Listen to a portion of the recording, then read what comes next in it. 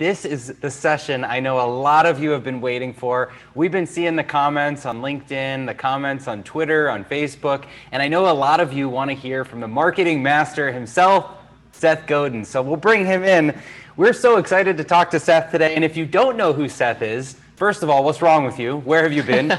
But he is a renowned TED Talk speaker, marketing Hall of Famer, mastermind between 20 best-selling books. It's unfathomable to even think about. Tribes, Purple Cow. He's currently running the Carbon Almanac. He created altMBA, and more than 60,000 people have taken his online courses in marketing, not to mention the 3 million or so people that have seen him speak. And so now you, all of you in the audience, get to be added to that list, and I can't wait to introduce him here. So let's bring him in.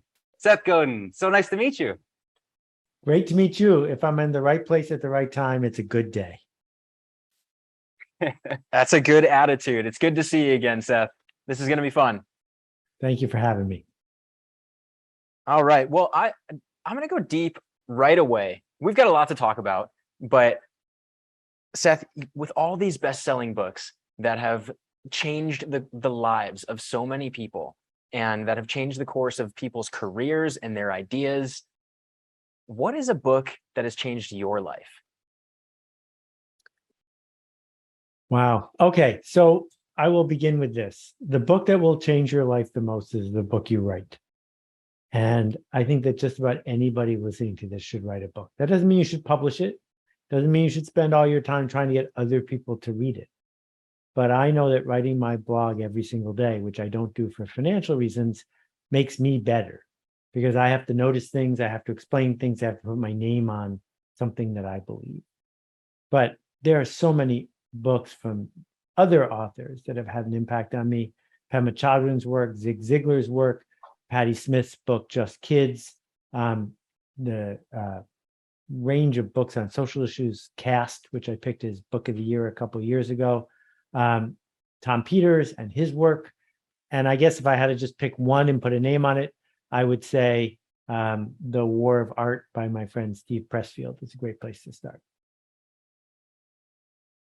Incredible recommendations right off the bat, but that was powerful. The book you write, right? Because obviously permission marketing changed the course of your career and everything that followed, right?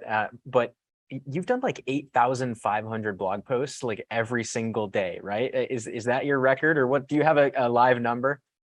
I don't look at the number very often. I definitely don't look at my stats, but I will tell you that it's more than 8,000, and there will be another one tomorrow. And that's the point. The point is I don't have to decide every day if there should be a blog post. I don't have to decide every day if it's blog worthy. I already decided there's going to be a post tomorrow. And what will go up tomorrow is the best post I have ready. Will it be my best post ever? I don't know. I won't know until after it's done. And decide once, and then you can have a practice. Well, before all the writing, you were actually an internet entrepreneur. So if we can go back, kind of going way back, maybe pre-acquisition by Yahoo, can you talk us through the early days of starting up your own businesses and you know where your journey began? Well, so let me just, for the youngsters in the room, meaning anyone who's under 55, let me talk about the birth of the internet. I helped invent email marketing. If you've ever used MailChimp or anything like that, it's because of the company that I started. But I got my first email address in 1976 when I was 16 years old. And interacting with people on mainframes by email taught me an enormous amount. And I started businesses shortly thereafter. And the whole idea of the businesses was not to build something to make the maximum amount of money.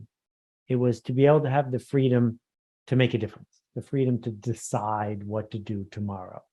Because I'm just not wired to do tomorrow what someone else tells me to do.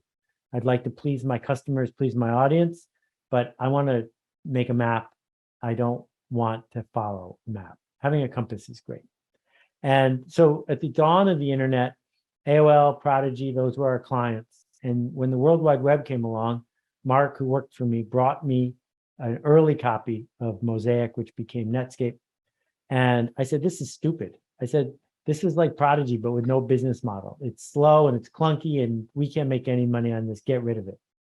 And my arrogance in not seeing what was possible on the World Wide Web probably cost me $100 billion. And once you make a mistake that big, it gets easy after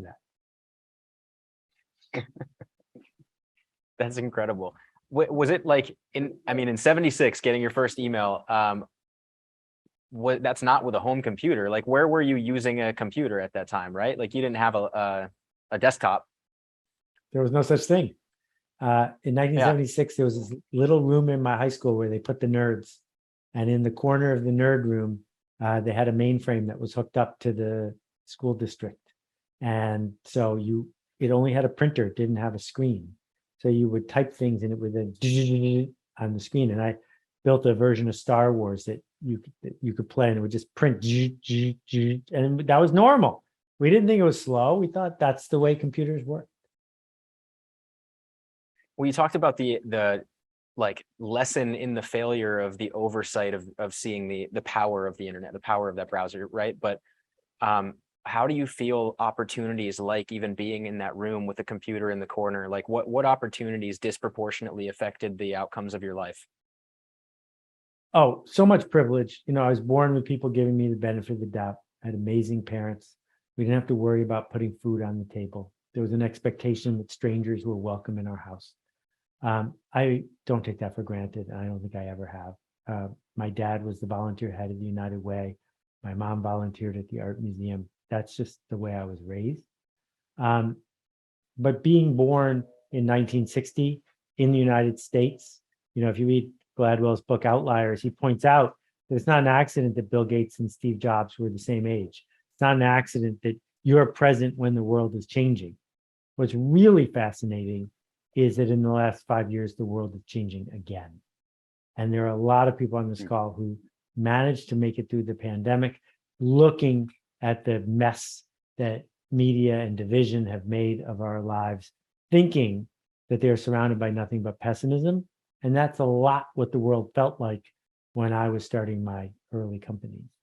We are right now laying the groundwork for who is going to be leading tomorrow, right? That when the world changes is when there's opportunities for people who don't have power. So if you have enough technology to be watching the three of us talk, you have enough technology to show up and lead. And it's not going to be me, it's going to be you. People who get the joke, don't chase some NFT scam, but instead figure out what can create real value for real people, and you can build something. So I want to sprinkle in some questions from our audience as we go whenever they're appropriate. And we've got this one asked by James Preston from Bear International, which is, what is not changing in marketing channels and messaging today that also worked 5 or 15 years ago? Yeah, so I love the laws of physics. It doesn't matter what political party you're with, the laws of physics don't change. Newton's laws and the rest of it are real. Well, there is a law of physics about attention, and it's this: every day, everyone wakes up with 24 new hours to spend. And it doesn't matter where they are, what they do, that's all they get. And attention is always going to be scarce, even more than real estate, because you could, build a dike and turn some ocean into real estate, but you can't make more attention. So who trusts you? Who gives you the benefit of the doubt? Who chooses to pay you in attention? Because too much of marketing has become about hustle. How do I steal attention? How do I trick people? How do I, so much of the spam I get, if I write back to people who should know better, I'm just doing my job. Yeah, well, you decided to do a job that involved pretending you listen to my podcast and pitching someone to be a guest when I've never had a guest. So stop it. Go do something with your time that works with other people's attention in a way that they're glad to hear from you. That hasn't changed a bit, and I don't see it's going to change. And I think that trust is more scarce than ever before. And humanity is also becoming scarce, because I can't tell if that picture was built by Dali or Stable Diffusion or a human, right? I can't tell if that voice on the phone is a real person or a script. Humanity is going to get more and more valuable as we decide where to allocate our trust. So the scarcity of attention is a constant, but where people put their attention changes. And so how can, the audience that's listening now know where are the places that they should be putting their efforts or attracting attention? Right. So, part of the magic of what you guys do is you help entrepreneurs think about what to standardize, think about what to scale, think about how to help people become not a mini version of the founder, but somebody who can bring skills to bear to create scale and leverage. And as somebody who right now is a freelancer, no employees, I alternate between having employees and not, but I'm best when I have none. Being an entrepreneur is a skill, and figuring out how to do it at scale is a skill. It's not just being a freelancer with helpers, it's something else. And so as we think about opportunities going forward, someone has to win at TikTok, but it's probably not going to be you. Somebody has to be the flavor of the day that everyone's pointing to, but it's probably not going to be you. Waiting to win the influencer sweepstakes, I think your time is better spent building a foundational product or service that is resilient and worth talking about. Because when other people talk about you, you have way more leverage and power than if you demand that people listen to you talk about yourself. And I've tried to take that to heart. I've never promoted my blog. I don't hustle or hype my blog. I had 100 readers from my blog for a year, only 100 people. But then I started writing things that people could share. And when they share it, it goes to new people, not because I want it to, but because they want it to. And that's how I got to 1 million. It's funny. I think in one sentence there, you probably said as much about what we at Trainual do as we have through this entire event, because we share that ethos. Is like, we're not here to shout from our soapbox like what we do. We're here to bring value to ancillarily help the businesses that are tuning in, right? And we get those comments. It's like, well, when are you going to talk about what Trainual is? It's like, well, look it up. we're here to bring you other value, right? I'm curious, when we talk about where the attention is, and like how to have a real meaningful relationship with the people that you hope to get attention from, a big buzzword is community. You wrote Tribes in 2008 about building tribes, about building community. What would change if you wrote Tribes today?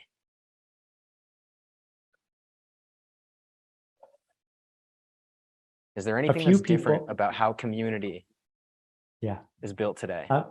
The first thing I'd say is I meant absolutely no disrespect to First Peoples, Native people, and a few people have been offended by the title. I don't think the title is a problem, but I would change that, because for a long time we have disrespected the people who came before, and we have way too little respect in our world. After saying that, I would say that too much pressure is put on us to reach everyone. And our real opportunity is to reach someone, the smallest viable audience. To matter to a few people is way more important than to be noticed by everyone. So in my case, I've written some bestsellers, but not one of them, not one, has reached more than 1% of the US population. It's enough, right? That if you can figure out how to matter to a few people, it's scarier than having to say, you can pick anyone and I'm anyone. Trying to figure out how to race to the bottom on Upwork, what a waste of time. If you could be missed if you were gone, that's important. The second thing that I would address is that social networks aren't really social, and they tend not to be networks. And doing what Mark or Jack or whoever makes money doing isn't your job. Your job is to weave together a community of people who would miss each other. And so the communities that I've built, and this one, you mentioned this book, I'm a volunteer. I've worked full-time on this for the last year. I don't make a penny from it. There are 2,000 of us in the community online building it with each other. 300 people wrote it together. In 5 months, we wrote a 97,000 word book. We edited it, we designed it, we laid it out, we fact-checked it. That's only possible because I brought empathy to the table. The humility to say, I don't know how to do any of these steps. Let me find people, celebrate people, connect people who can. And when you're an entrepreneur, that's hard to do. because there's all this pressure on you to be right and all this pressure on you to do it right now. Do you think that there's such a thing as community overload or tribe overload if everyone's trying to create communities, or is it maybe just there's not the authenticity that there should be in building those groups? So you brought up a couple of my favorite words. So the first one is, people have said, blah, blah, blah, you're a tribe. I don't have a tribe, and Trainual doesn't either. If we're lucky, we get to talk to an existing tribe that would be there even if we didn't exist, right? So Fast Company figured out how to talk to the kind of people who like my work, and then I was lucky enough to be a columnist for them and wrote more words than anybody because they were already there, and I got to show up and narrate for them. So there is a real limit on anybody who can have their own tribe, but there is a shortage of people who can lead with generosity for tribes that already want to be connected. And then the second thing, which I'm controversial about, but happy to rant all day, authenticity is a crock. Nobody wants you to be authentic. They just don't. That if Rickie Lee Jones has a sore throat and you go to her concert, you don't want her to authentically sing poorly. You want her to bring the best version of herself to that evening, because that's when you are there. People don't want authenticity. They want consistency. They want to know that even when they're not watching, you're acting the way you said you were going to act. Choosing to be consistent is what a professional does. Authenticity is lazy and selfish. It says, I'm going to act whatever way I feel like, and you better put up with it. Well, we love consistency here, so I appreciate that point of view. Thank you. Now, you mentioned the smallest viable market, smallest viable audience also. And so maybe that's something that's controversial, because especially in our world, in the software world, you hear investors talk about the total addressable market, and you want to serve this huge market. How big is your TAM? And see these huge numbers. And so for most of the businesses listening, how should they be thinking about their target market, their target customer? So let's name any company except, some of the biggest social networks in the world, right? Starbucks, Nike, even Apple. Would you be happy to be them? Because they don't have the majority. We're not running for elected office. We're trying to do work that matters for people who care. So find the people who care and then do work that matters for them. And what that means is that 1 million people paying you, $50 a year, that's more than enough. That's an astonishing amount of money for anybody who's watching this call. 1 million people.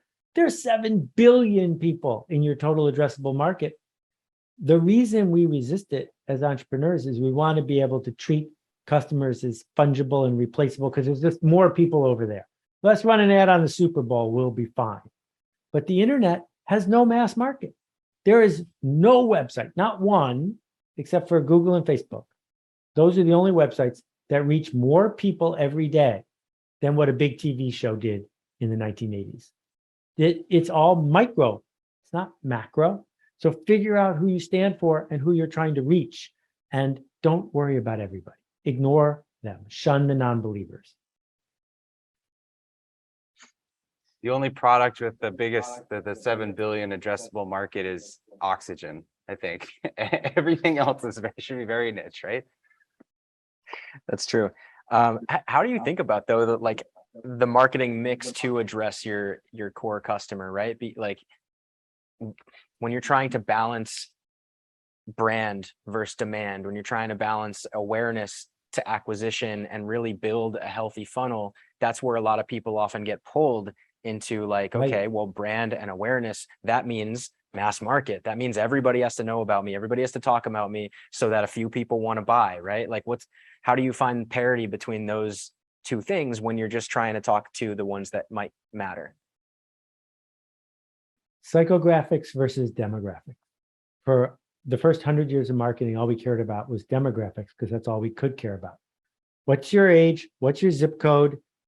What's your income? What's your gender? What's your race? What magazines do you read? Maybe that's all that was available. But now we can know, what do you dream of?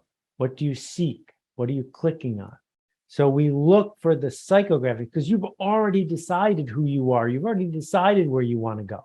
So a simple example, which I keep tons of around here, bean to bar chocolate, right? These chocolate bars cost $10 or $15. As you should each. keep tons of chocolate bars. Correct. But most people don't have $15 chocolate bars sitting around, right?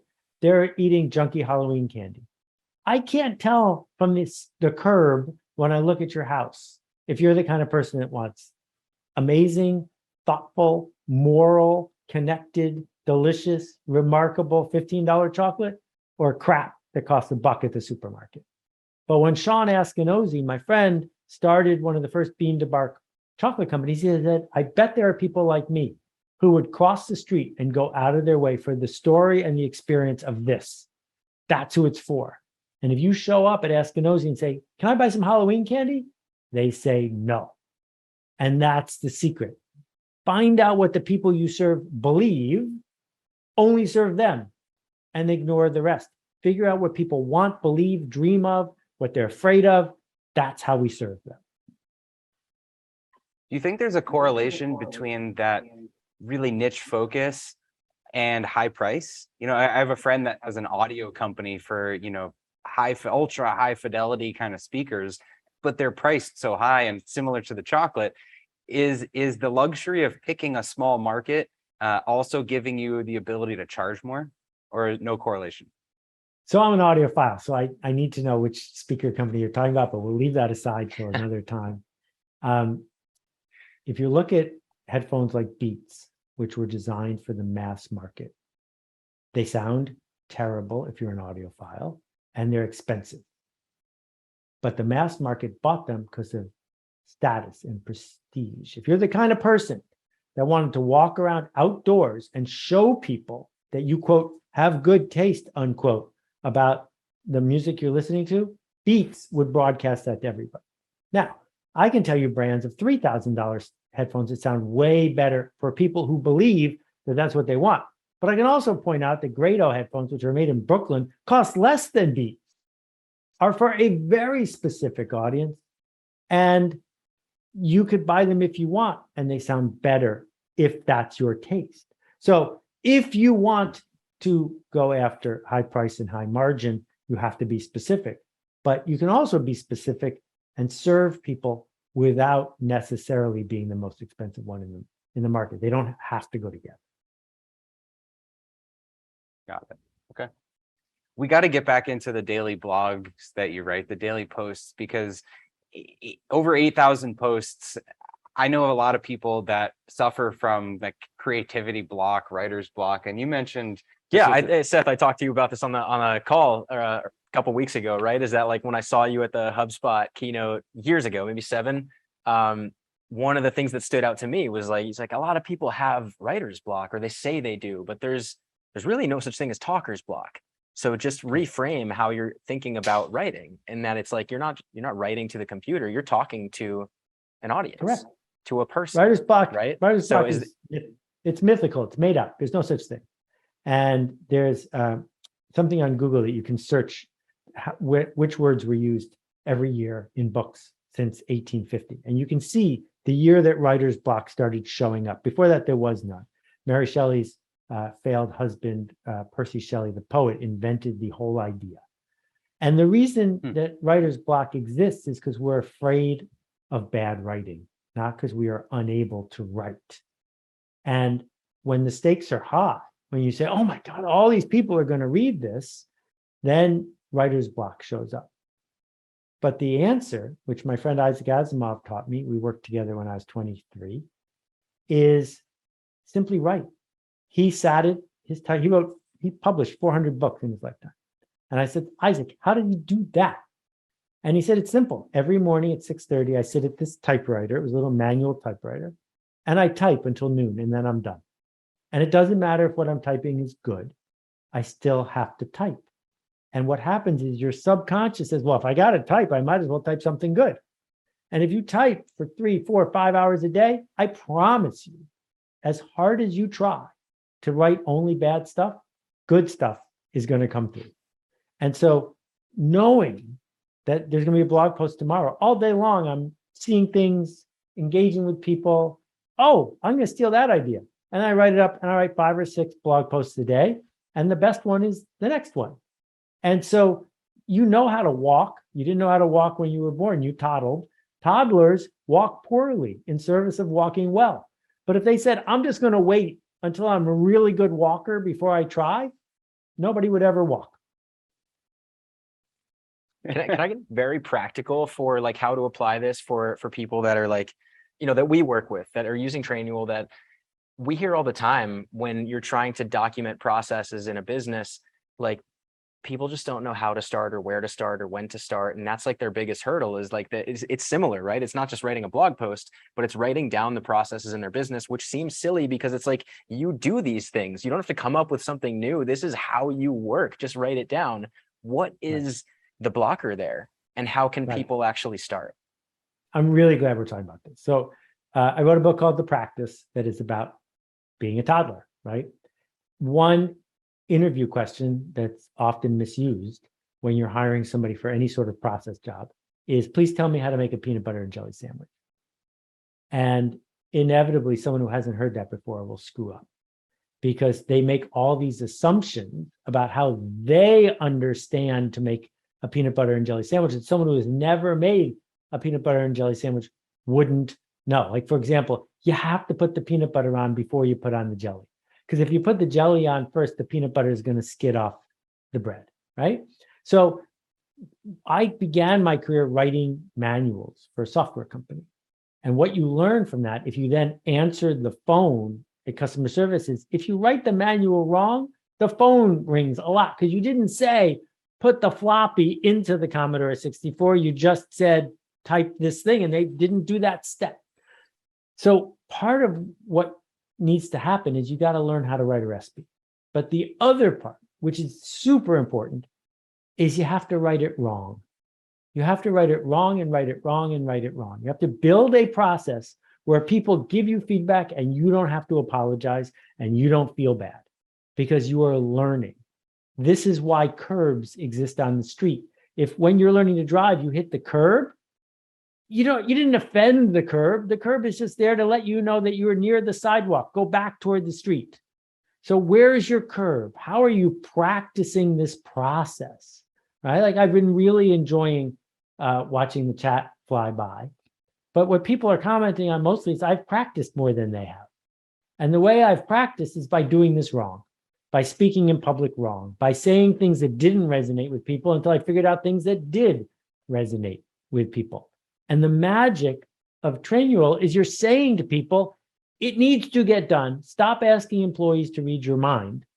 And it's safe to do it wrong on the way to doing it right. Because if you don't start, you're never going to get good at it.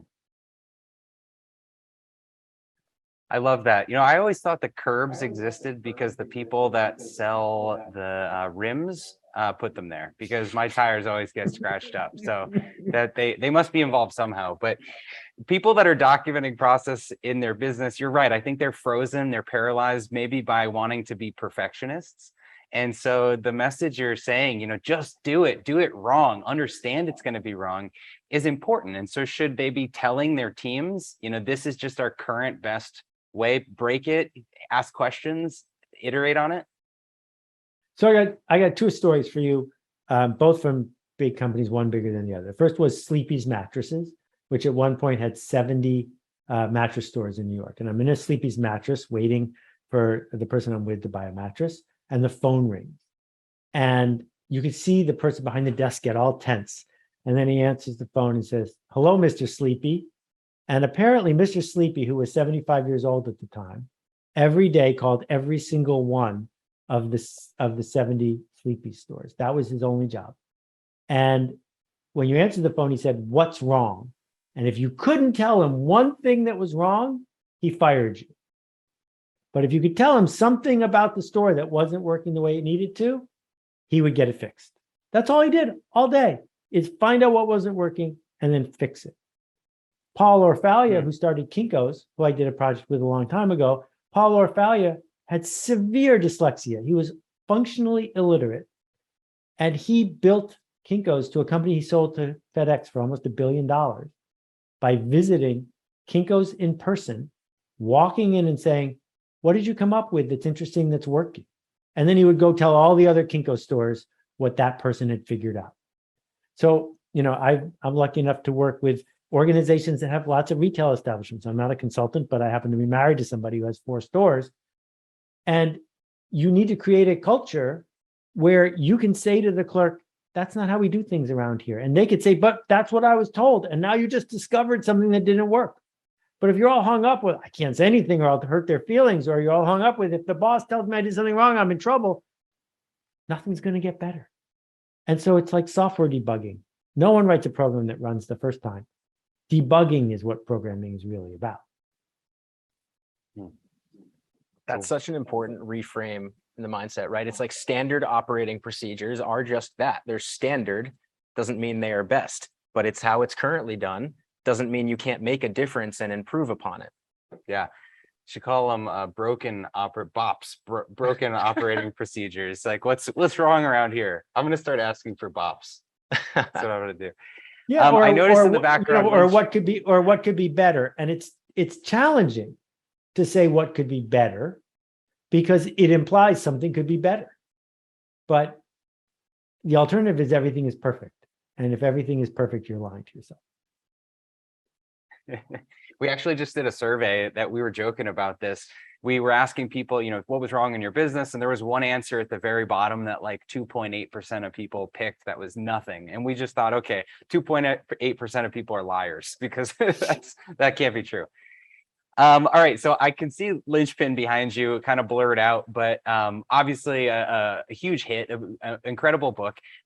But one of the things I wanted to bring up with you is the idea of being indispensable in a business, and whether it's something that people should aspire to, being indispensable in a business, or whether someone actually might want to be replaceable, meaning that they could have someone step in and do their job, and they're not, stuck in the burden of this position forever. So what do you think about that?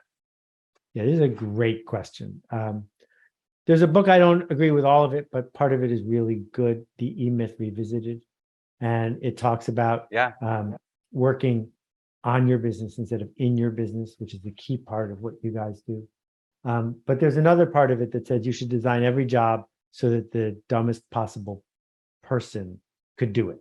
Because then the idea is you can just push everything down to the cheapest possible component.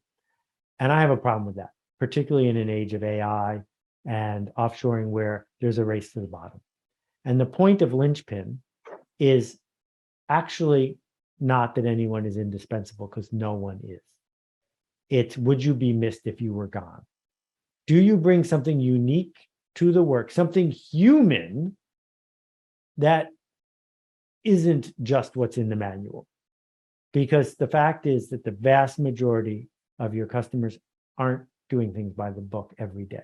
That's why people pick them instead of the giant soulless corporations that they could pick instead. That bringing humanity and care to the interactions within the company or to the customer is something that's hard to find at a giant telecom, but much more likely to be found in a company with 100 or 500 or 50 people in it. So celebrate that. Figure out, how do you let someone bring their whole self to work when it comes to caring, when it comes to bringing emotional labor to the work they do? Because the fact is, just to pick a simple example, every single person who goes to buy clothes is wearing clothes. Naked people don't go shopping for clothes. So they already have clothes. What is it that they're there to buy? What they're there to buy is a story, the way it makes them feel to transact, the way it makes them feel to shop. So if you trained your people to just woodenly walk up to someone and say, can I help you? And the other person says, I'm just looking, and then they walk away, you've added no value whatsoever. But if you give people the freedom and the responsibility to show up as humans, then they can be someone you would miss if they weren't there. And I think that that is critically important. Well, I wish we had more time to text Michael Gerber and get him on here for a debate.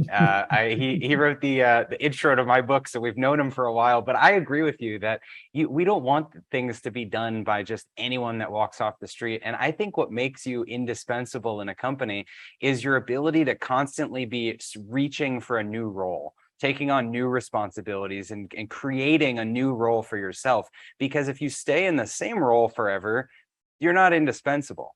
If you stay in the same position forever, then that's what makes you replaceable. And so you want to be replaceable in each of the roles that you grow through, and you're indispensable by growing. I think if you would agree with that.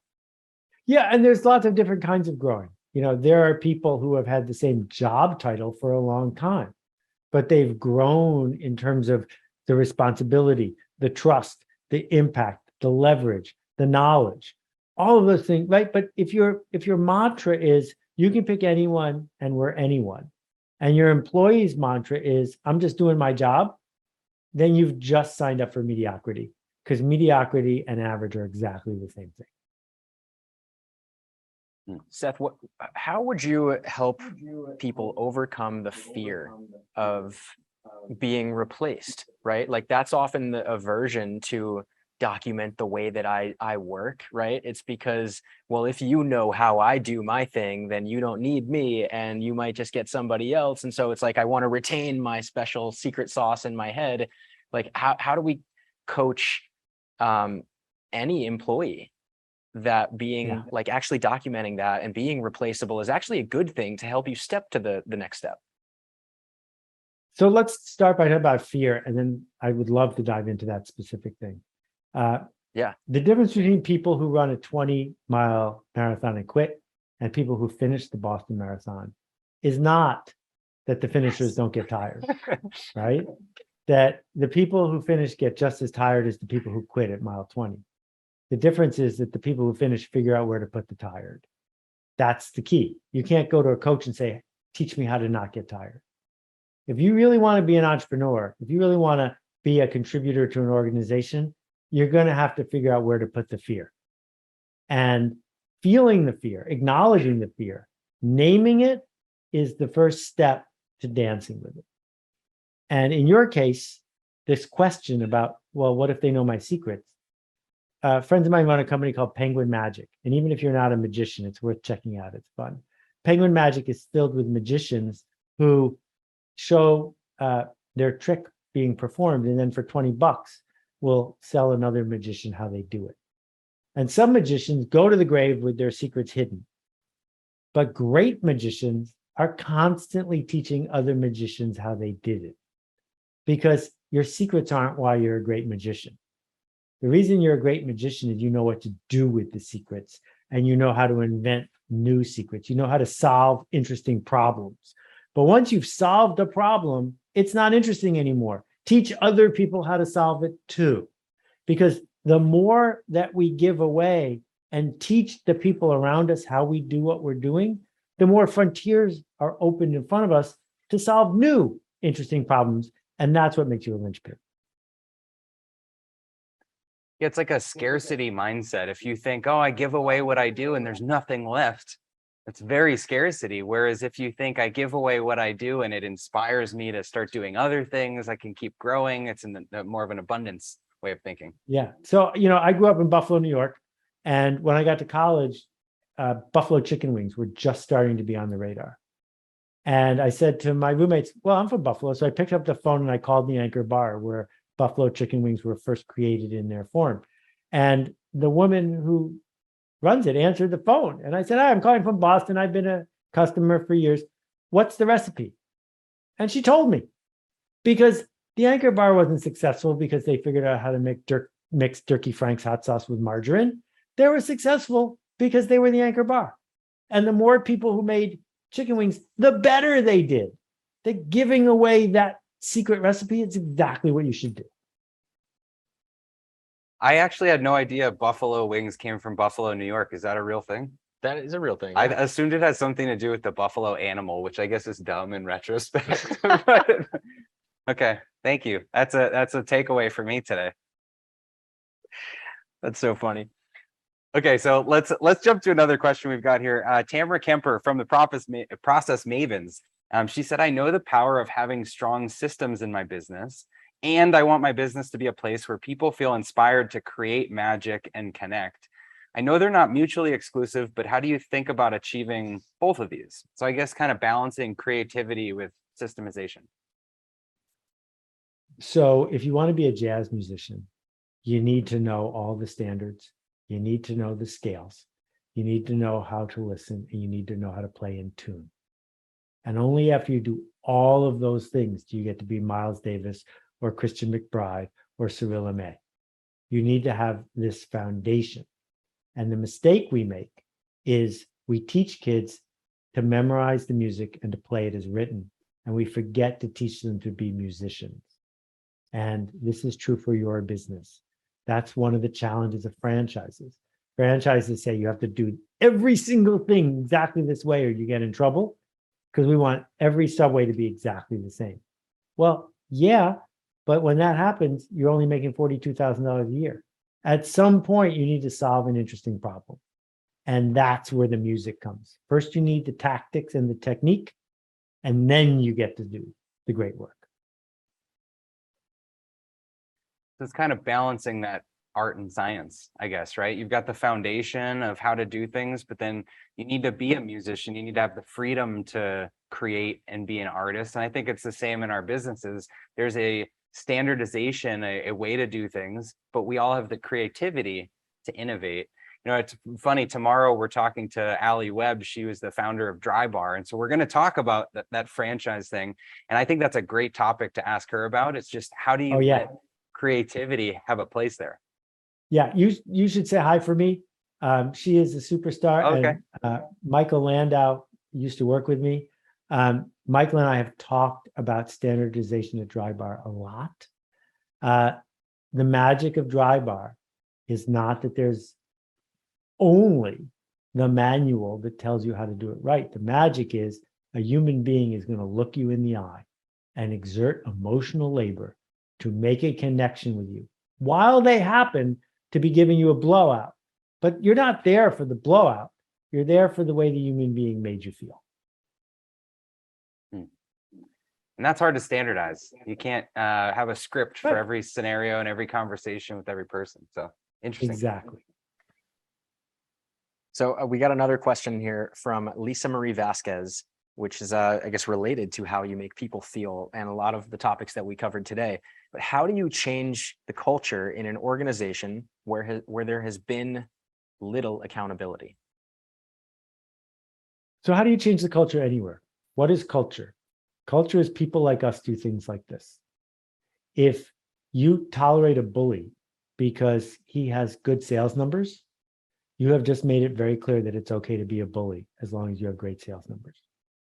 On the other hand, if you call a company meeting and fire the bully in front of everybody, you've now established what it's like around here.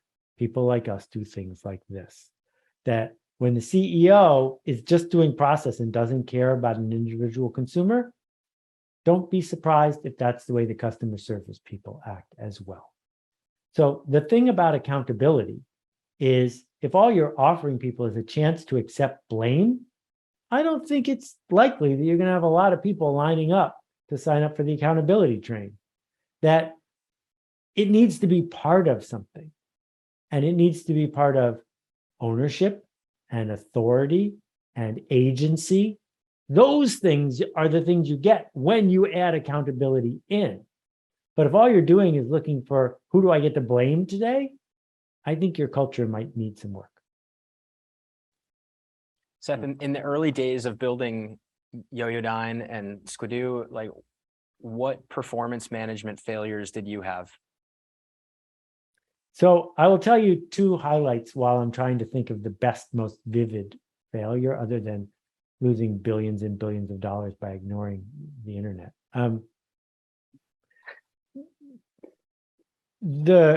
At one point, we had 17 people doing inside sales, where we were calling people we had permission to call and selling them internet clicks long before anybody on the internet was selling clicks from banners. And we gave them all a $29 Radio Shack tape recorder. And we said, record all your calls, please. And then on Friday, bring your best call to a meeting. And so what the meeting consisted of was each person playing their best 3 minutes for the other people. And that did a couple really cool things. First of all, it was a form of standardization and giving people agency and ownership. It elevated each person's contribution and it let them teach the other people their best lines, their best approaches, their best interactions. At the same time, the person who was running the sales team had a great string of 6 months with no major screw-ups. And I took him aside and I said, if you don't have a major screw-up soon, I'm going to fire you in front of everybody in the company, the way I was going to fire that bully. And I said, because if we create a culture where only successes are tolerated, people aren't going to try. They're not going to be willing to risk a mistake. And he knew I meant it. And so he pushed into new areas, and half the time he was successful and half the time he failed, which is exactly what we needed.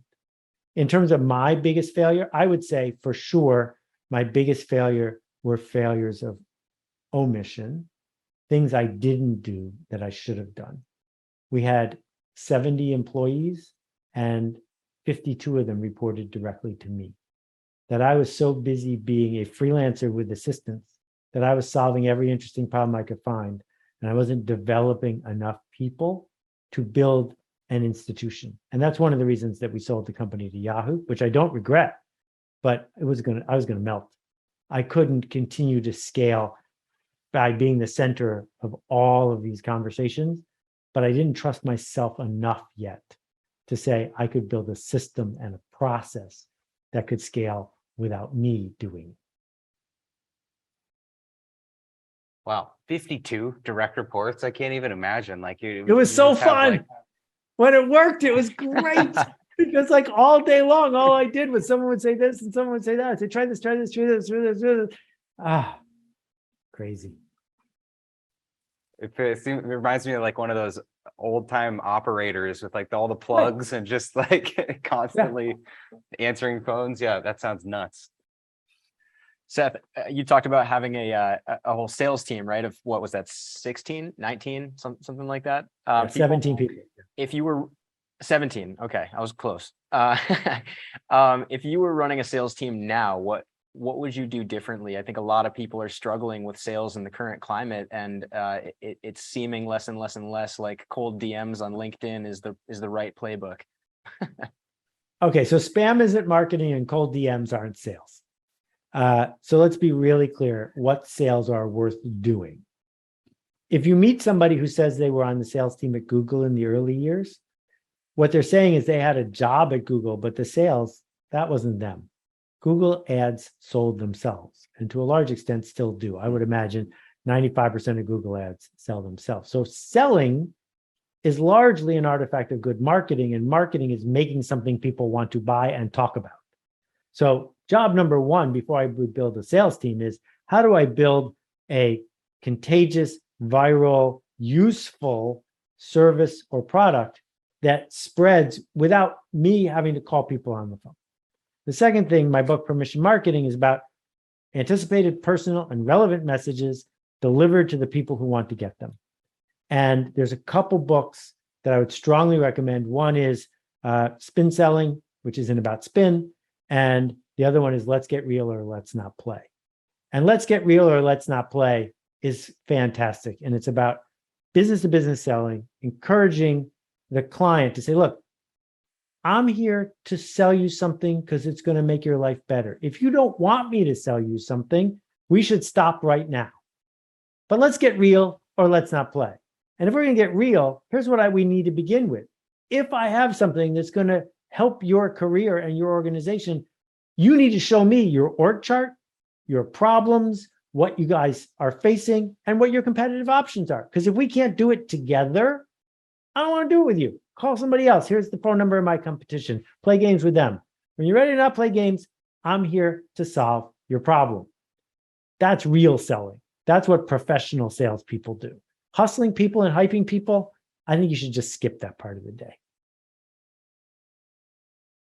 Part of marketing and selling is, I guess, this is kind of a buzzword, but thought leadership and presenting and speaking. So one of the questions we got for you is how to get better at public speaking and presenting. You're on huge stages around the world. And so what tips do you have on presenting? So I wasn't very good at it. I don't think anyone is naturally very good at it. I know a lot of very well-known TED speakers, and I would say almost every single one of them is an introvert. That, Brene Brown isn't going to come to your house and talk and talk and talk and talk and talk, and neither is Simon Sinek. And, my friend, the late Sir Ken Robinson, could sit for hours without saying a word, because this isn't about naturally and authentically being gregarious in front of people. It's a craft, and you can learn to get better at it. And the only way I know to get better at it is to do it. And the way I did it was back a long time ago. There was a conference called Internet World, and they got reviews of every single one of their 400 speakers. And the first time I spoke, my ranking was 365. And I decided, this was when I worked for free, and I decided that my goal was to work my way all the way up. And I looked at what people who had high scores were doing, and I thought, oh, I see that, or no one's ever tried this. And you see what works. Doing it on Zoom is so much harder because you can't tell what's working. But doing it in person, and if you want to start with a dog or a cat, start with a dog or a cat. Figure out how to just say 5 sentences in a row that someone else wants to hear. It's a performance, and it's generous. You're doing it to help somebody else learn something. And so I don't think you should look at slick TED Talks that are filled with jokes. I think you should look at talks that change the way other people think or act, even in the small. Can you persuade one person to do one thing? And I'll give you one last example, and then I'll give you the mic back. One of the things I talk about when I run various seminars is take a $20 bill and go to the bus station and see if you can sell the $20 bill to somebody for $5. It's incredibly difficult to do because you don't get the benefit of the doubt and they have no trust. But if you put a $20 bill in your neighbor's mailbox 3 days in a row, and then on the 4th day, ring the doorbell and say, I'm the guy who's been putting $20 bills in your mailbox. I got another one. Will you buy it for $5? You'll have no trouble selling it because we earn the benefit of the doubt.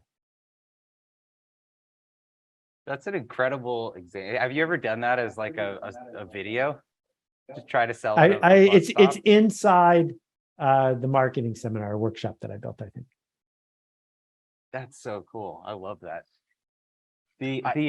Today you've had dozens of these stories and examples, and I think part of presenting and performing is having those stories at the ready. So do you have just a bank of these? Do you work in the off hours on coming up with these examples from your history? I know I'm getting into the nitty gritty here, but it's helpful for, at least for me, as an audience of one. So I decided a really long time ago that if I didn't know how something worked, I was going to ask myself how it worked until I figured it out. Refrigerators are not magic. Electricity is not magic. The success of Starbucks is not magic. That person got elected. It wasn't magic. Why did it happen? And if I can't figure it out, I got to keep asking myself until I do. And every once in a while, you come up with one that's worth sharing. And so most people go through the world saying, how am I going to get to where I'm going today? And I go through the world looking for things I don't understand so I can figure them out and then share them with other people. I got to tell you, there's one thing I can't figure out right now that I've been working on for a long time. I even talked to the co-founder of Netflix about this. Someone needs to explain it to me. Here you go. When Netflix launched streaming, they did binge. And the reason that they let you binge shows like House of Cards is because no one else would. So it was this huge competitive advantage, this huge buzzworthy thing of you could go have all you wanted. But now binging costs them billions of dollars a year. They should just stop. It also hurts their word of mouth because if every single episode of the next show was only on, once a week new, then the next day everyone would talk about it. But you're afraid to talk about it now because you don't want to do any spoilers. So I said to him, why are you doing that? He said, I don't know. You'll have to talk to Reed because it's what we've always done. So if someone knows the answer to the binge thing, put it in the chat. I would love to know. Reed would hate that. Somebody just needs to tag him. I remember asking him, this was like 15 years ago, but asking, why wouldn't they do PlayStation games and things like that? And this was when they were doing all DVDs. And it was because they were moving into streaming, and they said, we're not in the business of shipping discs around. We're in the business of delivering, entertainment video. And it was he's very visionary. So I think if he heard you say that, he'd like freak out. So we should share this video. Yeah, we can send it to him. Seth, around you just asking that question and then going through that process of just trying to figure it out, right? I think that one of the most important assets in anybody is curiosity. I think the top performers that I've ever seen anywhere are innately curious and have that hunger to figure it out, right? But you can't always identify curiosity in somebody when they're interviewing and hiring. Like, what would you look for in a candidate that you were trying to build an amazing roster of people to identify innate curiosity? So I've hired thousands of people, maybe hundreds, and I've learned a lot doing it. And what I've learned is you shouldn't interview people for a job. It's a complete trap. It makes absolutely no sense. It's like picking people for your college based on the SAT. All you're looking for is who's good at interviewing. And so if you have a company where people get interviewed for a living, then that's a good way to hire them. But other than that, it doesn't make any sense. The best way I know to hire people is to work with them first. Give them a project, pay them money to do a thing. Because when someone is doing a thing, you can see how they do the thing. And that seems so obvious. And it's not particularly difficult to do, but it means you have to give away your power. And you have to give away this magical thing you think you have, which is you can tell who's a winner or not based on a 5-minute or an hour-long interview. A design firm I know, once someone becomes a finalist, because they've just got to whittle people down somehow, they say, all right, now you need to come to a design review. Bring us your portfolio, and we're going to criticize it. And then you're going to tell us why your portfolio is good. Because that's what they do all day at work. So that's what they do as a way to see if they want to work with somebody. So try them out, because you can pay them to do it. And with things like Upwork and the rest, it's so super easy to do that now. If someone is good when you are working with them now, they'll probably be good when you're working with them later. Now, I've seen some posts, on floating around on LinkedIn of people not wanting to do those projects or those sample works, even if it's paid. They just kind of want to get through a job. Do you think that they just need to do it? Don't hire them. Hire somebody else. There's a lot of people to choose from. I totally get why somebody who has been indoctrinated their whole life to show up, get an A on the test, put on your resume, get picked, and go to work where it's safe and secure when you're doing what you're told, that person wants to interview and get the next safe spot. Totally get it. But the people who are watching this call, that's not the kind of organizations they're trying to build. So don't hire people like that and expect them to act differently than they're telling you they want to act, right? If you want to find people who would be missed when they're gone, who are curious, who are going to challenge convention, who are going to tell you how to make things better, start by looking for people who do that all the time. Well said. Where do you find the inspiration for your daily ideas? How do you continue to draw inspiration? As I'm getting older, it's easier to get tired. But the thing that gets me untired every time are my readers, are the people on this call, are the two of you.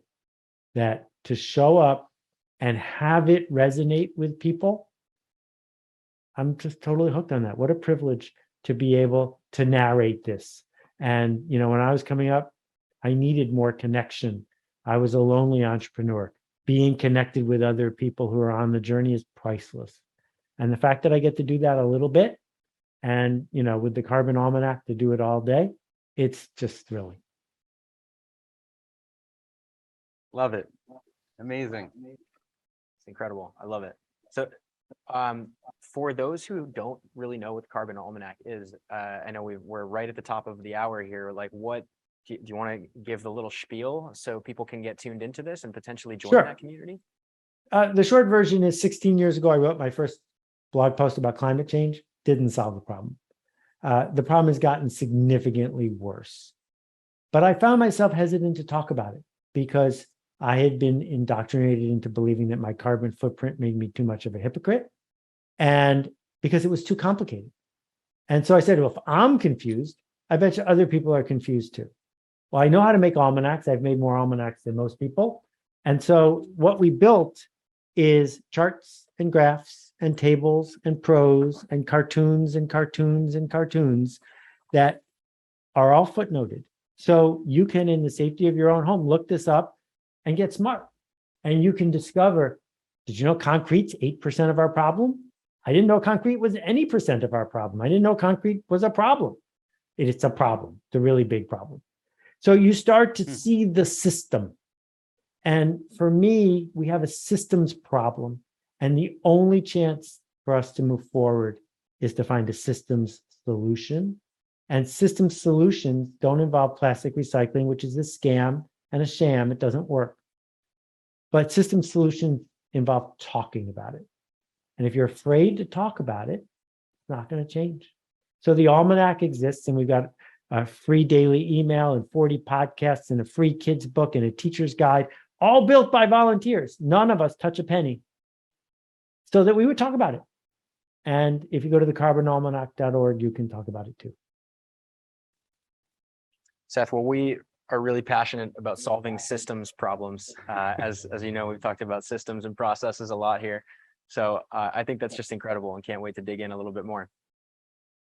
Thank you so much for sharing all the wisdom today. We got so many great sound bites and clips that we're just, I'm sure, going to be replaying. And this has been incredible. So thank you for spending your time here with us.